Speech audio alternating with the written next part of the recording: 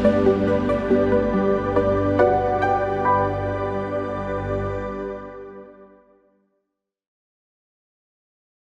this tutorial, we will show you the step-by-step process of converting OST file to HTML format using the BitRecover OST Converter Wizard. To install our BitRecover OST Converter Wizard, download it from the link in the video description. After installation, simply launch the software. To begin, click the Next button.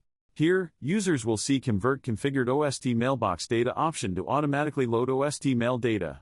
And, let me select my OST Mailbox Data option to manually select OST mail data. Users can choose either one of the available options.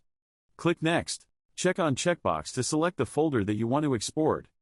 Click Next. Select a saving option allows you to save the file in your desired format for conversion. Let's select HTML option for this tutorial. The Destination Path section allows you to specify the destination folder where the selected file will be exported. The file naming option allows users to select a name format for the output file when converting it. Our tool provides filter options to precise the conversion. Next, simply click the Convert button, and the conversion will begin.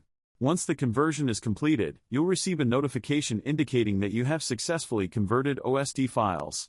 Click OK, and open the destination folder to access the newly converted file. And that's it for this video. Thank you for watching.